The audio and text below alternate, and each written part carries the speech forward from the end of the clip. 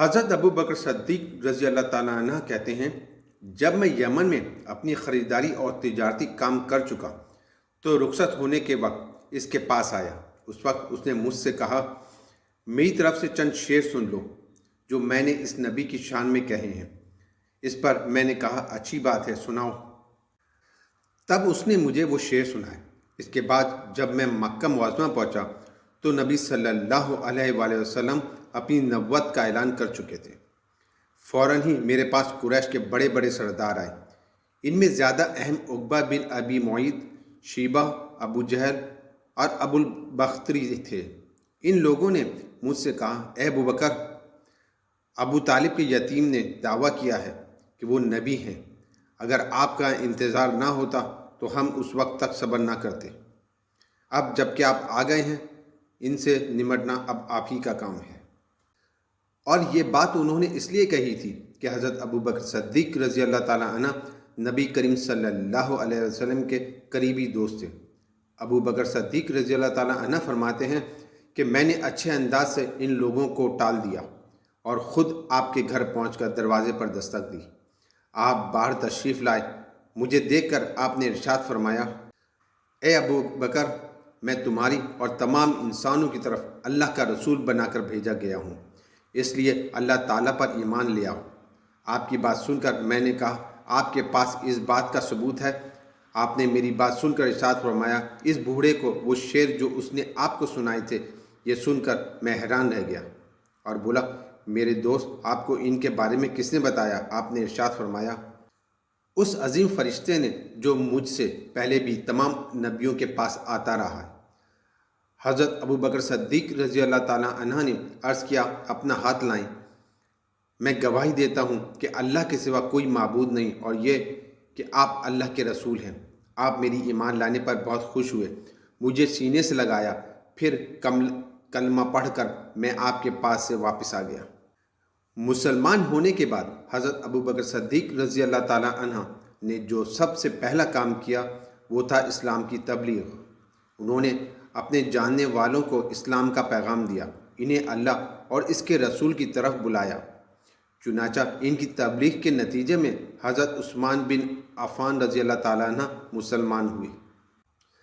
حضرت عثمان رضی اللہ تعالیٰ عنہ کے مسلمان ہونے کی خبر ان کے چاچا حکم کو ہوئی تو اس نے انہیں پکڑ لیا اور کہا، تو اپنے باپ دادا کا دین چھوڑ کر محمد کا دین قبول کرتا ہے؟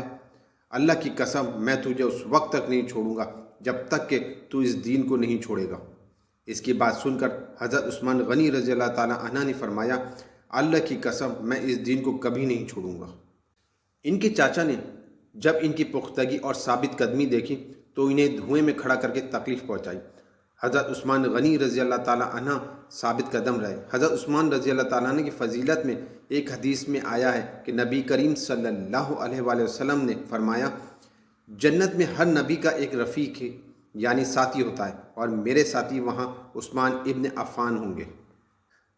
حضرت ابو بکر صدیق رضی اللہ تعالیٰ عنہ نے اسلام کی تبلیغ جاری رکھی۔ آپ کی کوششوں سے حضرت عثمان رضی اللہ تعالیٰ عنہ کے بعد حضرت زبیر بن عوام رضی اللہ تعالیٰ عنہ بھی مسلمان ہو گئے۔ اس وقت ان کی عمر 8 سال تھی۔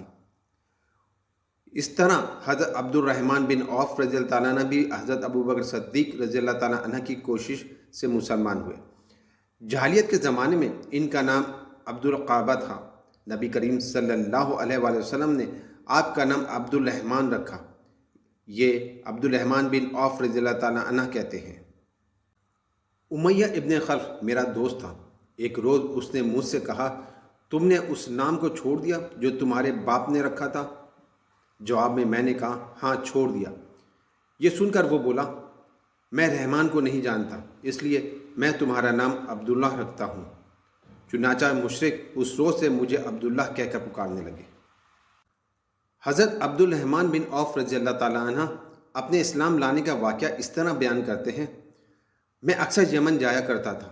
جب بھی وہاں جاتا، اسکلان بن اوقاف حمیری کے مکان پر ٹھہرا کرتا تھا، اور جب بھی میں اس کے ہاں جاتا وہ مجھ سے پوچھا کرتا تھا، کیا وہ شخص تم لوگوں میں ظاہر ہو گیا ہے جس کی شہرت اور چرچے ہیں؟ کیا تمہارے دین کے معاملے میں میں کسی نے مخالفت کا اعلان کیا ہے؟ میں ہمیشہ یہی کہا کرتا تھا کہ نہیں، ایسا کوئی شخص ظاہر نہیں ہوا، یہاں تک کہ وہ سال آ گیا جس میں نبی کریم صلی اللہ علیہ وآلہ وسلم کا ظہور ہوا۔ میں اس سال یمن گیا تو اسی کے یہاں ٹھہرا۔ اس نے یہی سوال پوچھا، تب میں نے اسے بتایا، ہاں ان کا ظہور ہو گیا ہے، ان کی مخالفت بھی ہو رہی ہے۔ حضرت عبد الرحمن بن عوف کے بارے میں نبی کریم صلی اللہ علیہ وسلم نے ارشاد فرمایا، تم زمین والوں میں بھی امانت دار ہو اور آسمان والوں میں بھی۔ حضرت عبد الرحمن بن عوف رضی اللہ تعالیٰ عنہ کے بعد حضرت ابوبکر صدیق رضی اللہ تعالیٰ عنہ نے حضرت سعد بن ابی وقاص رضی اللہ تعالیٰ عنہ کو بھی اسلام کی دعوت دی۔ انہوں نے کوئی ہچکچاہٹ ظاہر نہ کی، فوراً حضور نبی کریم صلی اللہ علیہ وسلم کے پاس چلے آئے، آپ سے آپ کے پیغام کے بارے میں پوچھا۔ آپ نے انہیں بتایا تو یہ اسی وقت مسلمان ہو گئے۔ اس وقت ان کی عمر 19 سال تھی۔ یہ بنی زہرہ کے خاندان سے تھے۔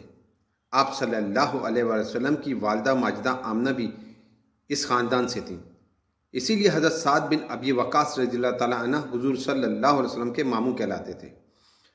آپ نے حضرت سعد بن ابی وقاص رضی اللہ تعالیٰ عنہ کے لیے ایک بار فرمایا، یہ میرے ماموں ہیں، کوئی جس کے ایسے ماموں ہوں۔ حضرت سعد بن ابی وقاص رضی اللہ تعالیٰ عنہ جب اسلام لائے اور ان کی والدہ کو ان کے مسلمان ہونے کا پتہ چلا تو یہ بات انہیں بہت ناگوار گزری۔ ادھر یہ اپنی والدہ کے بہت فرمانبردار تھے۔ والدہ نے ان سے کہا، کیا تم یہ نہیں سمجھتے کہ اللہ تعالیٰ نے تمہیں اپنے بڑوں کی خاطر داری اور ماں باپ کے ساتھ اچھا معاملہ کرنے کا حکم دیا ہے؟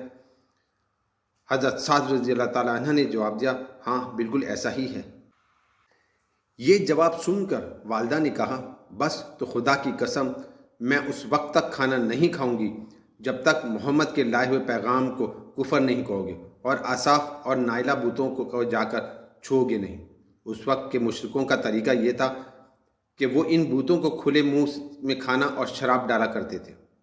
اب والدہ نے کھانا پینا چھوڑ دیا۔ حضرت سعد رضی اللہ تعالیٰ عنہ نے اپنی والدہ سے کہا، خدا کی قسم ماں، تمہیں نہیں معلوم، اگر تمہارے پاس 1000 زندگیاں ہوتی اور وہ سب ایک ایک کر کے اس وجہ سے ختم ہوتی، تب بھی میں نبی کریم صلی اللہ علیہ وسلم کے دین کو ہرگز نہ چھوڑتا۔ اس لیے اب یہ تمہاری مرضی ہے، کھاؤ یا نہ کھاؤ۔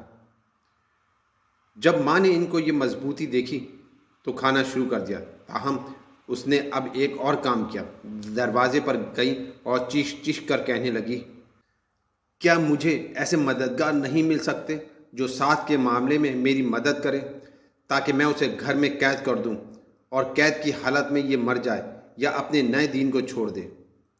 حضرت سعد رضی اللہ تعالیٰ عنہ فرماتے ہیں، میں نے یہ الفاظ سنے تو ماں سے کہا، میں تمہارے گھر کا رخ بھی نہیں کروں گا۔ اس کے بعد حضرت سعد رضی اللہ تعالیٰ عنہ کچھ دن تک گھر نہ گئے۔ والدہ تنگ آ گئی اور اس نے پیغام بھیجا، تم گھر آ جاؤ، دوسروں کے مہمان بن کر ہمیں شرمندہ نہ کرو۔ چنانچہ یہ گھر چلے آئے۔